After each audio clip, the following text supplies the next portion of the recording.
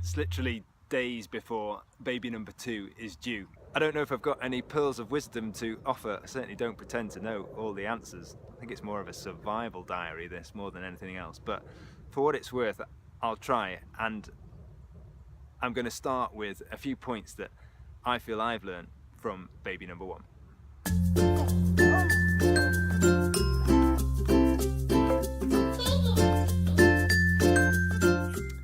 The first is simple.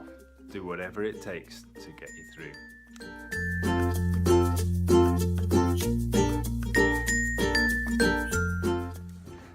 What I mean is, obviously, don't be an idiot parent. It's not do whatever it takes at all costs.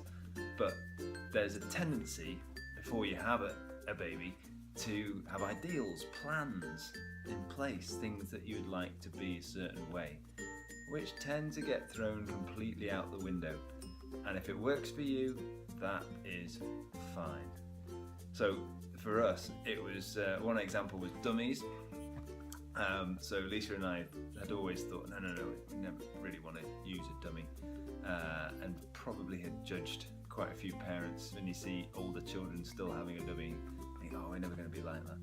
And then after about 4 or 5 weeks of Benj screaming in the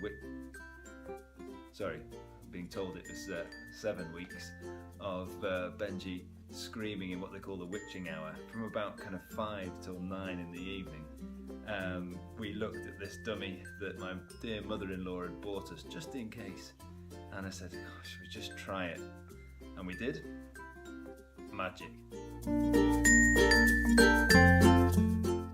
Next point is really linked to that. It's simply don't judge. If we're all in this together, if we're all doing whatever it takes just to get us through these sleepless nights and this chaos that's turned our life upside down in the form of this gorgeous little baby, then don't judge other parents, even if what they're doing is not in your parenting textbook, because we're all in this together, right? So it's pointless to point the finger.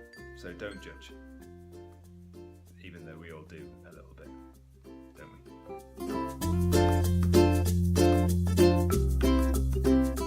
Nursery rhymes are downright disturbing, sinister and evil. Goosey, goosey, gander, whither shall I wander? Upstairs and downstairs and in my lady's chamber. Fine so far. There I met an old man who wouldn't say his prayers, so I took him by the left leg and threw him down the stairs. What? The stairs went crack, he nearly broke his back. Broke his back? All the little ducks went quack, quack, quack. Ducks? Quack? What?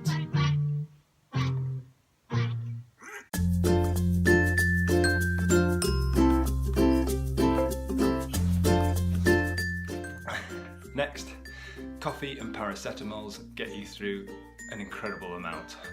Obviously go easy on the paracetamols, be sensible. But what I mean is, like every new parent discovers, it's incredible what you can achieve on so little sleep. In the early days, oh, it's so tough. But then you get through a day's work, you get through the next day, and you suddenly realise what you've achieved on 4 hours broken sleep with a screaming baby. So be encouraged. You'd be amazed how you can surprise yourself. If I could go back to myself 10 years ago, mid-20s, thinking that I was just a little bit tired one day, I could tell that boy, you could take over the world if only you knew what you could achieve on so little sleep.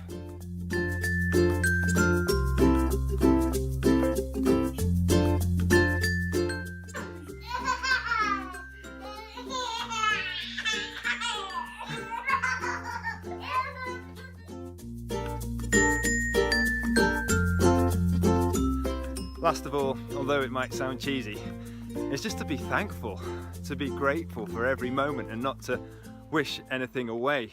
As already I'm realising just how quickly time flies and how quickly children grow up. And sometimes you find yourself willing them on to the next stage and you realise you're not enjoying the stage they're in at the moment. And also, sometimes I find that we're so keen to share the moment, we forget to actually enjoy the moment.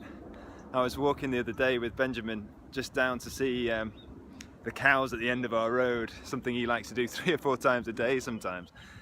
And I just got my phone out as we were walking, something we all can do at times, we're addicted to these things. And I found myself looking past my phone and seeing this little boy trotting along in his red wellies, and I just thought, what am I doing? Switched my phone off, took his hand in my hand, and then just enjoyed the 5th time we saw the cows that day.